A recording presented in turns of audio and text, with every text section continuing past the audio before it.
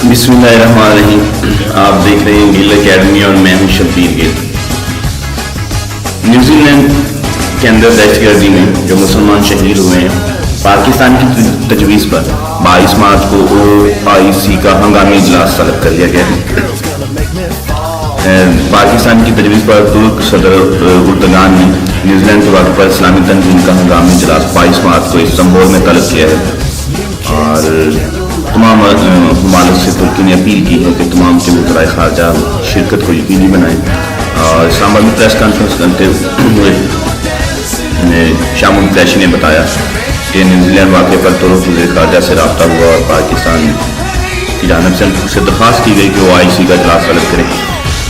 इस वक्त मुस्लिम मालिक और मुसलमान शदीद कर्ब से गुजर रही है, तो उन्होंने पाकिस्तान की तजवीज़ को तस्लीम कर लिया। और शामुल कैशी ने कहा कि OIC का इजलास 22 मार्च को मुनक़्क़द किया जा रहा है और मुस्लिम दुनिया से हिजरत करने वाले वो मुसलमान जो यूरोपीय ममालिक में जाते हैं उन पर जगह जगह पर जुल्म हो रहे हैं, जैसा कि न्यूजीलैंड की मस्जिद में किया गया। तो पीर के रोज़ पाकिस्तानी परचम से दूर रहेगा और दहशतगर्द 36 मिनट तक अपनी फायरिंग करता रहा और एक मसाजिद में हमला करने के बाद दूसरी में गया और उसमें ऑलरेडी ईमेल भी कर रही थी और सारी टीमें ईमेल पर तहकीकात कर रही थी।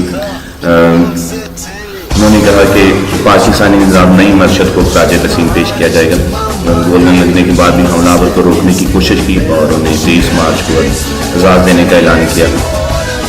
शहीद ने बड़े मकसद के लिए जान दी और गम की घड़ी में पाकिस्तान सोगवार उनके साथ खड़ा है और इस अफसोसनाक वाक़े में दुख और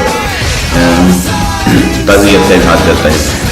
हमें दुनिया को इस्लामोफोबिया से निकालना होगा जो पूरी दुनिया में जारी है।